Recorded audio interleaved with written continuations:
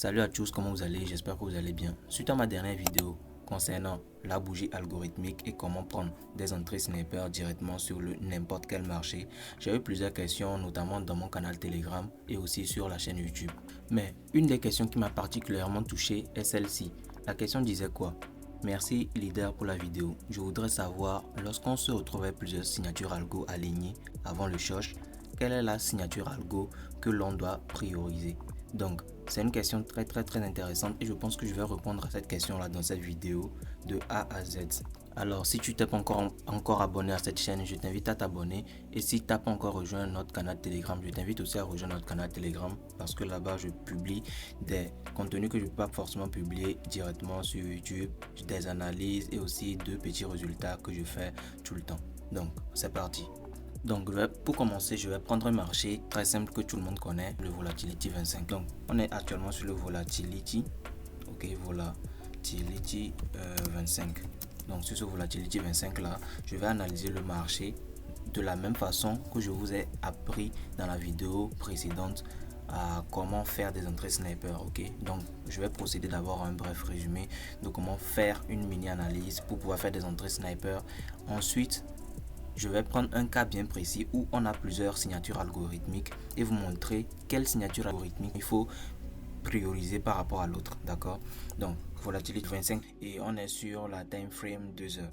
Donc j'ai dit que l'analyse que l'on doit faire, ok, pour pouvoir faire l'entrée sniper, ça doit être des temps qui sont supérieurs, avec des time frames qui sont supérieurs, ok, ou égal à 2 heures, d'accord. C'est obligé, sinon en bas de cet time frame là, vous serez forcément liquidé, ok, ou égal à 2 heures à 2 heures comme time frame, d'accord.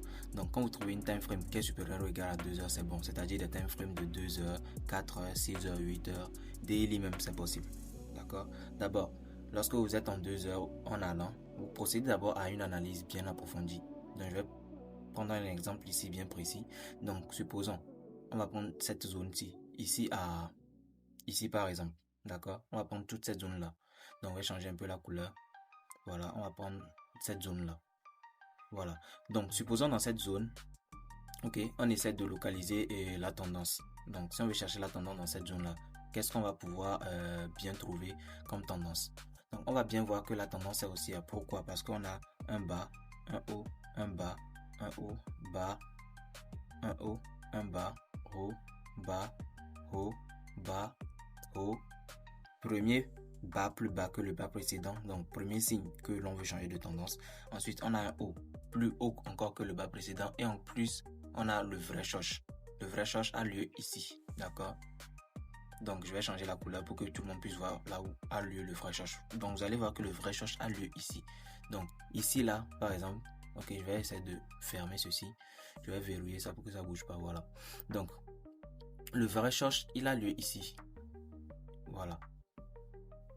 Ici à ici. Voici le vrai shosh. Parce que le premier shosh, qu'est-ce qu'il a fait? Vous allez remarquer que on a eu ceci, une impulsion, un retracement. Normalement, si c'était un vrai shosh, on devrait avoir un haut plus bas que le bas précédent, ok. Mais c'est pas le cas, on a toujours eu un haut plus haut que le haut précédent. Donc ce shosh là, c'est un faux shosh, c'est-à-dire un shosh trap ou soit un BOS trap. Ensuite, qu'est-ce qu'on a eu? On a eu un bas vraiment plus bas que le bas précédent et ensuite un haut plus bas que le haut précédent. Là, on peut identifier ceci comme notre vrai shosh, ok. Le shosh qui se trouve ici est notre vrai shosh. Donc on va changer. Donc après avoir identifié le shosh, qu'est-ce que je vous ai dit? Vous allez descendre en unité de temps inférieure. Ok, quand je parle d'unité de temps inférieure, c'est des time frames inférieurs ou égal à 1 heure, d'accord. Mais il y a eu aussi des questions dans mon canal Telegram comme quoi c'est dans quel time frame au juste il faut trouver les signatures algo. Moi je n'ai pas de time frame fixe à vous donner, mais je sais juste que lorsque vous êtes en time frame inférieur ou égal à 1 heure, vous allez pouvoir facilement identifier les signatures algo. Et qu'est-ce que j'appelle par signature algorithmique? Ce sont des doji. Donc pour ceux qui ont bien suivi la vidéo précédente savent très bien c'est quoi une signature algorithmique. Donc une signature algorithmique, c'est simple. C'est une bougie avec un petit corps, peu importe la couleur, et de longues mèches, ok. Excusez-moi pour les dessins. Voilà, un petit corps, longue mèche. Un petit corps, ok, longue mèche. Un petit corps, ok, et puis longue mèche. Voilà, peu importe la couleur, de la bougie en question, on s'en fout. On veut juste un petit corps avec une longue mèche. Peu importe la couleur de la bougie, qu'elle soit verte ou rouge. Ok. Donc, quand vous identifiez une bougie avec un petit corps et avec des longues mèches dans un time frame inférieur ou égal à 1 heure, ce sont forcément des signatures algorithmiques que vous pouvez utiliser pour faire vos entrées sniper. Donc, la deuxième étape, c'est d'identifier, identifier en time frame inférieur, ou égal, égal à 1 heure, vous devez trouver en time frame inférieur ou égal à 1 heure des signatures algo. Voilà.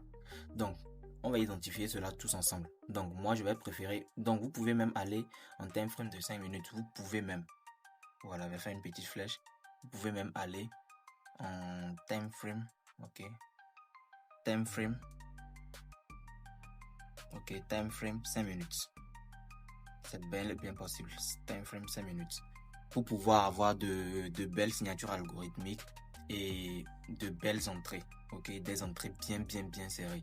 Donc, l'avantage en 5 minutes, c'est quoi? Le premier avantage, c'est les gros risques ratios. C'est-à-dire, en time frame inférieur, c'est-à-dire beaucoup plus inférieur, comme les M5 et tout, vous aurez de gros risques ratios. C'est-à-dire, vous pouvez avoir des entrées comme ça, par exemple.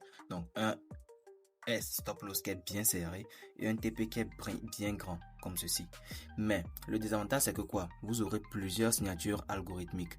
Donc, vous pouvez avoir une signature algorithmique ici, un ici, un ici, un ici, un ici, et vous ne saurez pas lequel sélectionner.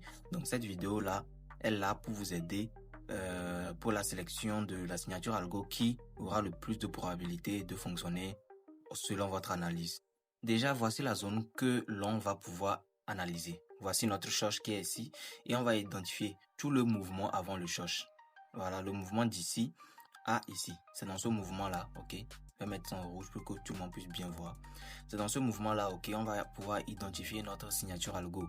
Quelle signature algo qui va fonctionner? C'est dans ce mouvement-là. Donc, moi, je descends directement en 5 minutes pour que l'on puisse voir cela. Donc, actuellement, je suis en 5 minutes. D'accord? Actuellement, je suis en 5 minutes. Et le filtre que je peux vous donner, déjà, quand vous descendez en time frame inférieur, c'est quoi? C'est de bien voir en 5 minutes encore. Parce qu'on a une structure mineure et une structure majeure. Donc, un exemple bien précis. Ici, on a un haut. Un haut, bas, haut, bas, haut, bas, haut et choche. On est d'accord. Donc, ça, c'est la structure en 5 minutes. Ça, c'est le choche en 5 minutes qu'on a. Voilà, on a un grand choche ici, en 5 minutes. D'accord? Donc, le choche, c'est ce mouvement-là qui a quitté ici à ici. Donc, on a le grand choche qu'on a pu localiser en unité de temps supérieure, c'est-à-dire 2 heures, qui est en, je vais mettre ça en bleu, voilà, qui est en bleu ici, Et on a le petit choche en unité de temps inférieure, 5 minutes, qu'on a pu localiser ici. Donc, on est bien d'accord qu'on peut encore trouver une signature algo ici, et on peut encore trouver une signature algo encore dans la zone bleue. D'accord? Donc, on va jouer à ce petit jeu-là tout de suite. Donc, ce qu'on a pour l'étape suivante, c'est quoi? C'est d'identifier. Ça, c'est très important. Identifier encore avec la LTF, c'est-à-dire l'analyse en lower time frame, c'est-à-dire en unité de temps inférieure. Le choche. Voilà. Donc, ça veut dire si vous êtes en 15 minutes, vous devez identifier encore un choche dans votre choche en 15 minutes là. Si vous êtes en 5 minutes, vous devez encore identifier un choche dans votre choche en 15 minutes. Et si vous êtes en, 30 minutes, vous devez identifier encore un choche dans votre choche en 30 minutes. Comme je l'ai fait, Vous devez faire exactement pareil pour pouvoir avoir de la précision sur le marché. Parce que les entrées sniper, c'est beaucoup plus de la précision que de la technique.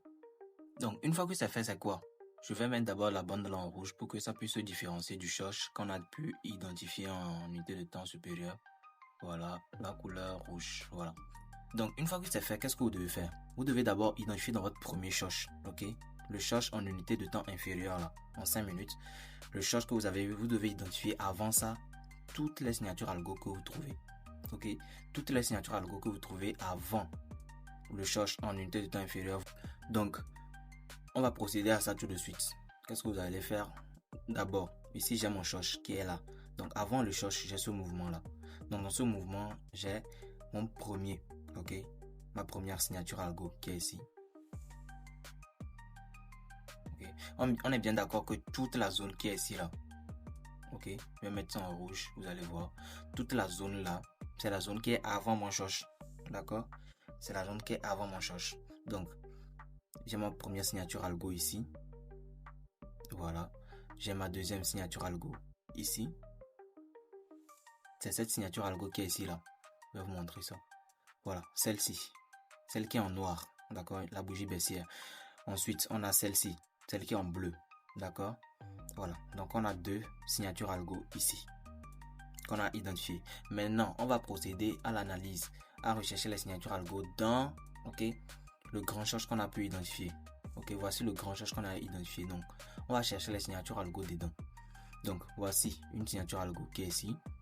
Voici une signature algo qui est ici. Ok. Voici une signature algo qui est ici. Il y en a plein. J'essaie juste d'identifier ça rapidement. Voici une signature algo qui est encore ici. Voilà.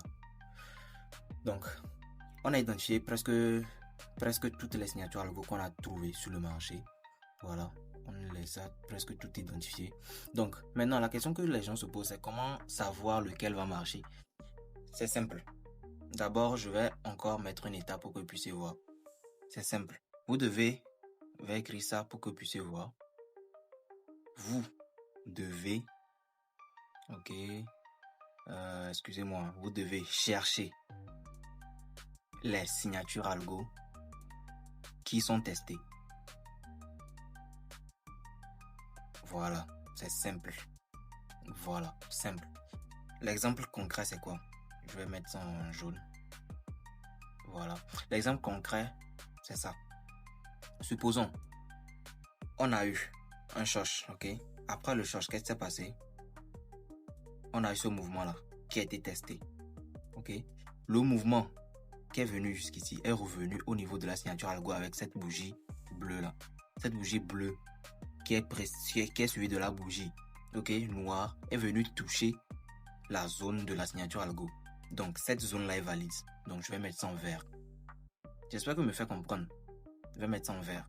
Donc, deuxième zone. Ok.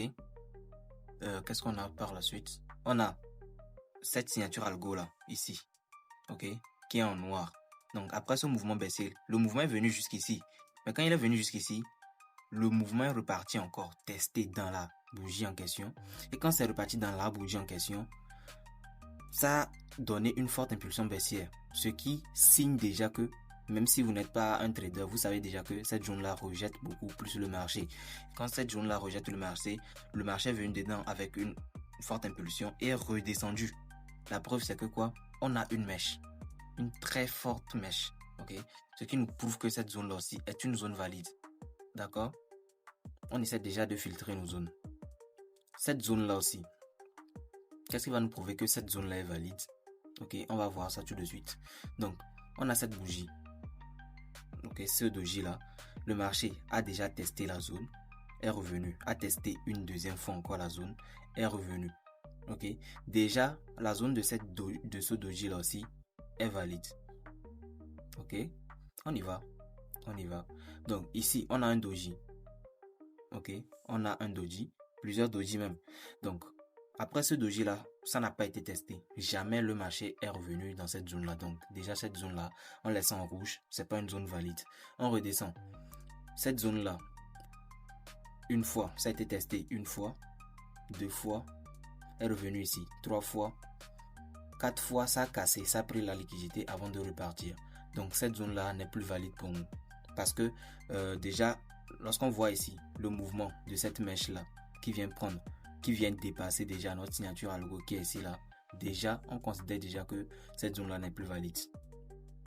Donc ici on a un doji. Ce doji, qu'est-ce qu'il a fait? Il a été testé une fois et cassé. Donc cette zone là aussi n'est plus valide, on la supprime. Donc on va supprimer toutes les zones qui ne sont pas valides. J'espère que je me suis fait comprendre. Vous allez pouvoir revenir derrière si vous n'avez pas compris. Donc ceci aussi on supprime, ceci aussi on supprime. Voilà. Voici nos zones qui sont valides. On a 3 zones. Donc, supposons, on a 3 zones. Et vous avez un compte de combien? De $10. On est d'accord. C'est maintenant même le jeu devient intéressant. Vous avez un compte de $10. Voilà. Et vous avez détecté 3 signatures algo. Simple. Vous risquez $3 par position. Ça veut dire que voilà, vous risquez $9 au total. Donc, par position, 3 $. Ok. Par position. Ok. Vous risquez $3 par position. Donc, sur cette position-ci, $3. Cette position-ci, $3. Cette position-ci, $3. Donc, l'objectif au fait des entrées de sniper, c'est quoi? C'est de chercher à rentrer plus tard dans un marché. Supposons, on a fini notre analyse comme ça. Donc, ici, dans cette première zone-là, je vais mettre ici, voici notre zone d'entrée. Voici notre deuxième zone d'entrée. Voilà. On va voir si plus tard dans le temps, ces zones-là ont réagi pour nous. Voici notre troisième zone d'entrée. Tout simplement. Donc, voici les 3 zones d'entrée qu'on a détectées. Donc, sur cette position ici, vous risquez $3. Sur cette position ici, vous risquez $3. Et sur cette position ici, vous risquez $3. Et on va voir si, voilà, vous allez ressortir gagnant pas avec un RR minimum de 10. D'accord? Donc, ça veut dire que sur chaque position, si vous risquez $3, combien vous pourrez gagner? Avec un RR de 10, un RR de 10, vous ressortirez forcément avec $30 si, voilà, vous atteignez le TP. Voilà, juste sur une seule position. Donc, supposons la première position perd, ok? Vous ressortez à combien? Il va vous rester $7. Deuxième position perd. Vous ressortez à combien? Il va vous rester $4. Troisième position gagne. Vous récupérez $30. $30 plus, voilà, l'argent qu'il y a sur votre solde, qui est de $4. Ça vous fait déjà $34. Donc, on va voir si plus tard dans le temps, ces zones-là ont réagi. Donc, je vais aller vers la droite, comme ceci. Voici notre première zone qu'on a identifiée ici. Donc, je vais effacer ça. Voici notre première zone qu'on a identifiée ici. Donc, supposons, vous êtes rentré ici. Vous avez mis, voilà, un stop loss juste là. Et vous avez mis votre TP juste là, avec un RR de 10. Hein. Votre stop loss se trouve là. Voilà. Donc, pratiquement un RR de 10. Si vous avez un peu raffiné au corps de ce doji là. Si vous avez raffiné au corps de ce doji, déjà les 50%, parce qu'il y a certains qui rentrent ici. Voilà, ils cherchent les 50% de leur zone et rentrent. Déjà, vous allez ressortir avec un RR pratiquement de 10. Ok, sur cette position là. Donc, déjà, vous avez encaissé $30 sur cette position. Donc, je mets 30 ici. Plus 30 sur votre position. Ok, deuxième position. Donc, on recontinue pour voir si les autres zones ont réagi. Ok, voilà. On a vu que la zone qu'on avait tracée, notre deuxième zone qu'on avait tracée ici, a aussi réagi avec ce mouvement là. Voilà, ici. Donc déjà, vous allez voir que ici, si vous étiez encore placé, ici comme ça, avec un stop loss qui se trouve juste en haut, comme ceci. Voilà. Et avec un TP seulement que de 10, hein. Un TP seulement que de 10 comme ceci, vous êtes déjà sorti gagnant encore. Donc vous avez encore plus $30 sur cette position qui se trouve ici. Donc déjà encore plus 30. Une deuxième fois. Donc supposons quelqu'un a coupé une partie de sa position et a laissé couler le reste. Donc, s'il a laissé couler le reste, on va voir combien de RR il aurait jusqu'à actuellement.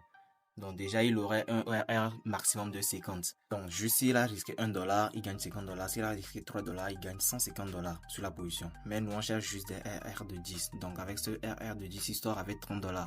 Donc, avec un compte au début de $10, comme ceci, qui se trouve juste là, il s'est retrouvé à plus 30 ici.